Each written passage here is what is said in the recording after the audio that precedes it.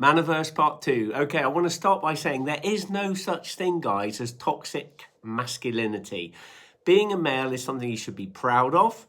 There's loads of strengths and benefits men brings to society.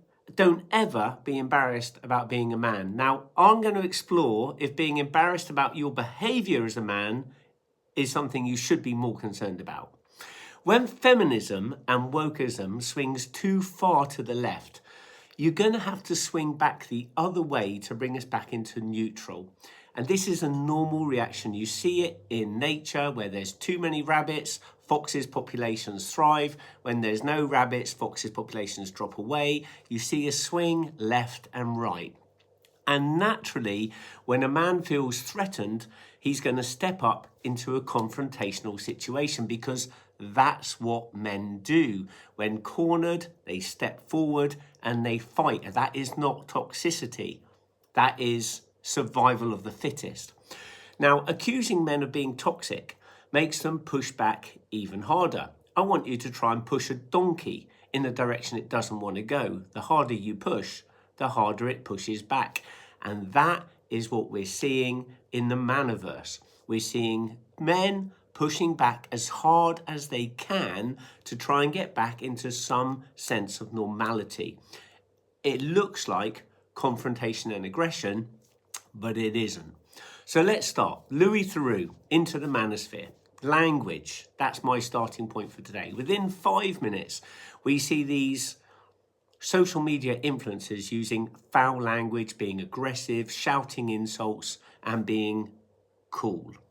If a man's not dangerous, he will never be seen as successful. That's one of the starting phrases. I would suggest that that could easily be seen as an aggressive man as something else.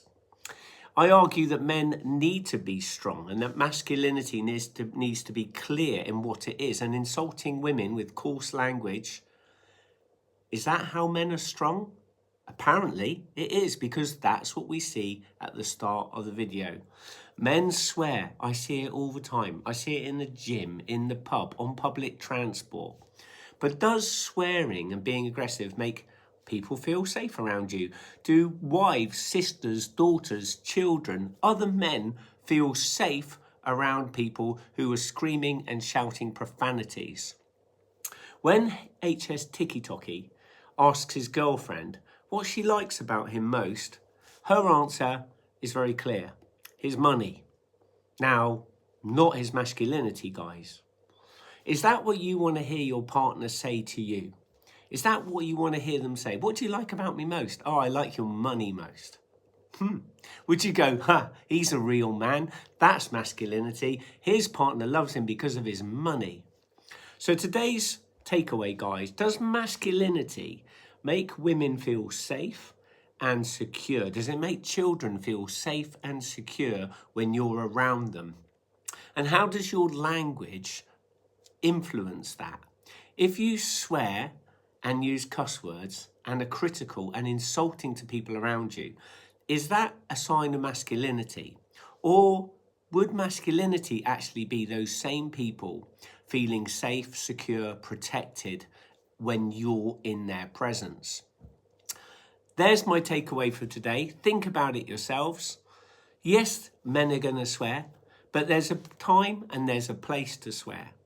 And being masculine doesn't start with your foul language, abuse, and criticism of other people. That it would be described as something else.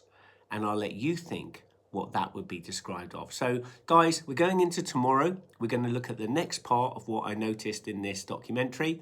Let me know what you guys think in the chat. Do you agree? Do you disagree?